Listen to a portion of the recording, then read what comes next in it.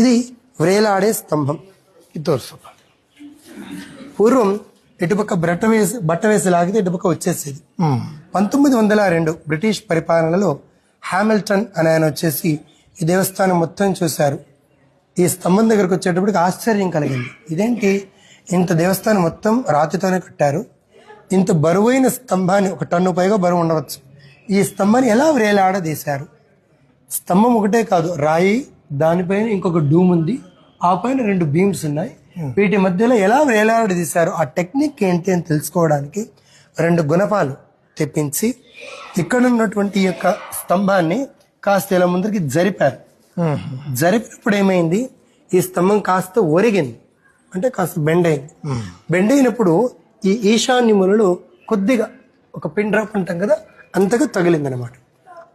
ఇంత మాత్రానికే అక్కడ డూమ్ తిరిగి టచ్ అయింది. పైన చూడండి, ఆ స్తంభం పైన డూమ్ ఇలా క్రాస్ అయింది. అవునండి, ఇలా క్రాస్ అయింది. అలాగా అక్కడ కూడా క్రాస్ అయింది. ఇక్కడ చూడండి, ఇక్కడ క్రాస్ అయింది. ఈ పైన ఉన్నట్టు మధ్యలో ఉండే డూము కొంచెం అలా సైడ్కి వచ్చేసింది, అటుపక్కకు వచ్చేసింది. అప్పుడు ఆ ఇంజనీర్ చెప్పాడు, ఈ స్తంభాన్ని కానీ మనం 4 మూలల్లోనూ కూర్చునేటట్టు చేస్తే ఈ నాట్య మంటపం మొత్తం పడిపోయే అవకాశం ఉంది.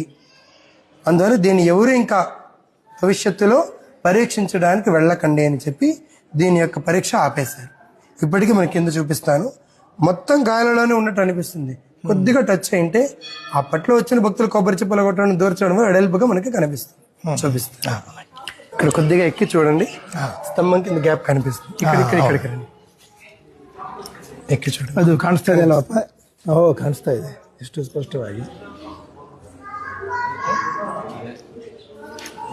ಈ ಕಡೆಯಿಂದ ಕಾಣಿಸ್ತಾ ಇದೆ, ಸ್ಪಷ್ಟವಾಗಿ ಕಾಣಿಸ್ತಾ ಇದೆ.